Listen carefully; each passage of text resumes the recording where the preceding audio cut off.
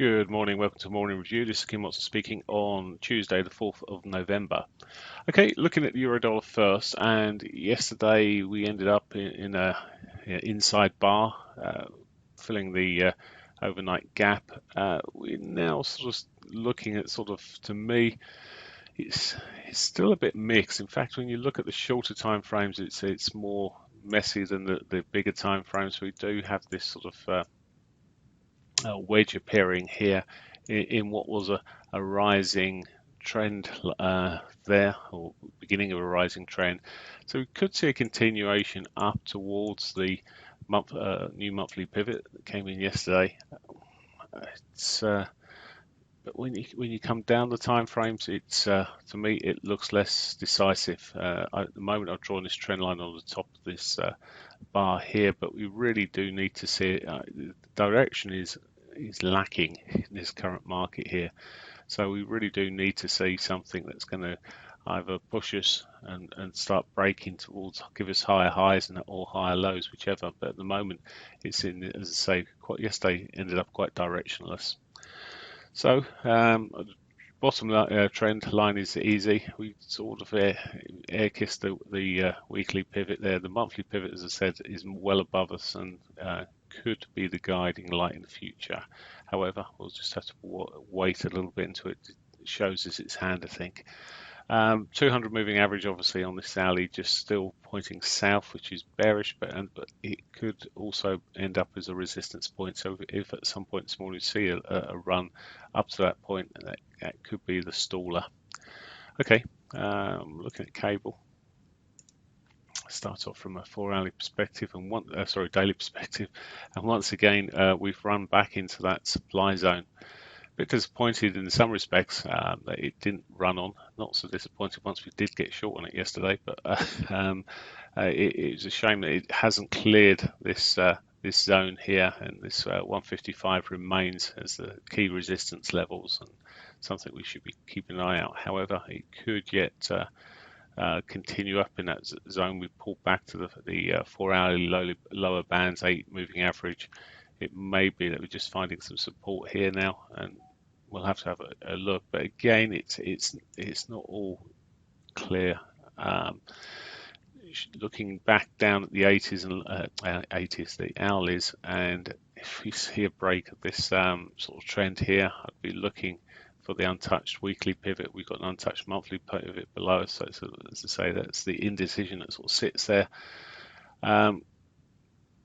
Yesterday, I mean, we put a new high in and then ended up closing lower, which is quite a sort of almost a reversal day. It didn't, I mean, it's a shooting star on the daily, so that's sort of giving that sort of bearish feel to things. So really at the moment, as I'm watching this, if I see a break of this lower trend line, I'm looking quite happily for the daily S1 and weekly pivot there.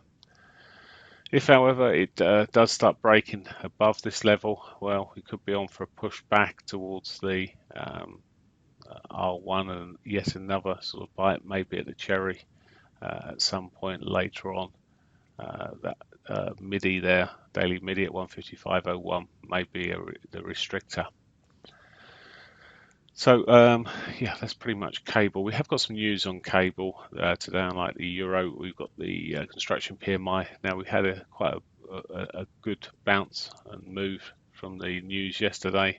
If this was to come in equally positive, well, maybe that'd be the kicker that gets us up there. But like yesterday, I would expect it to, with this type of news, to pull back within range.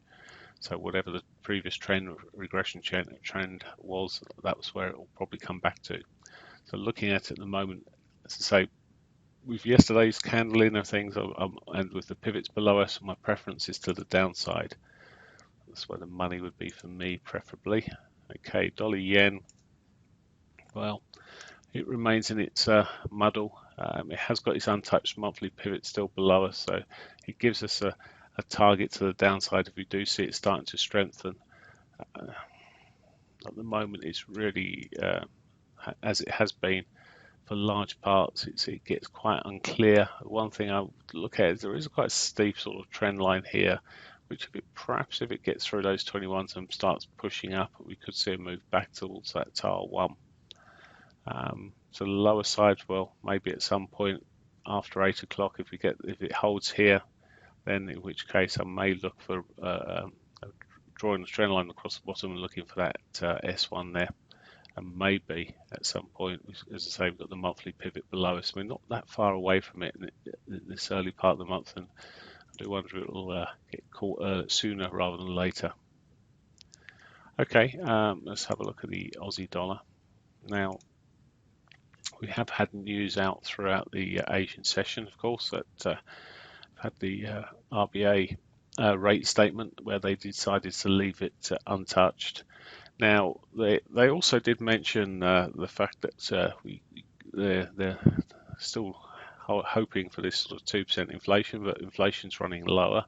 But there was obviously the balance was for the leave it alone brigade, but they did leave the door open for further cuts. So I think we'll see in the next month, but we could, with the price action that we've seen overnight, I've drawn this regression channel on it, and we could just come back within that range.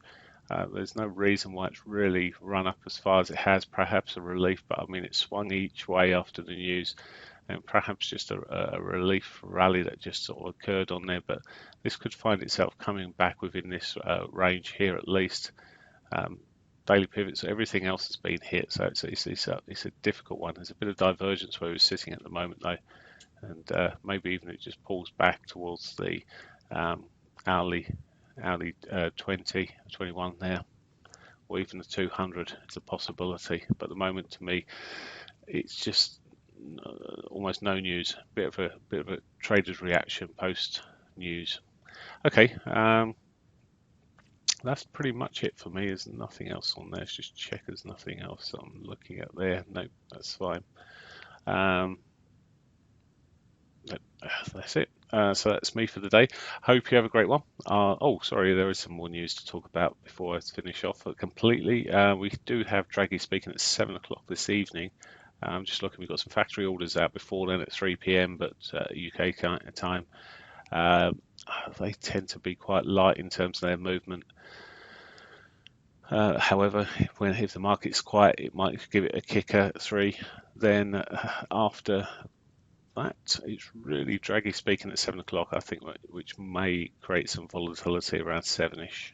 If you're trading the Kiwi, the New Zealand dollar, there's the employment numbers coming out at 9:45 p.m, so quite a way off. Okay, that's it for me. Hope you have a great one. Bye for now.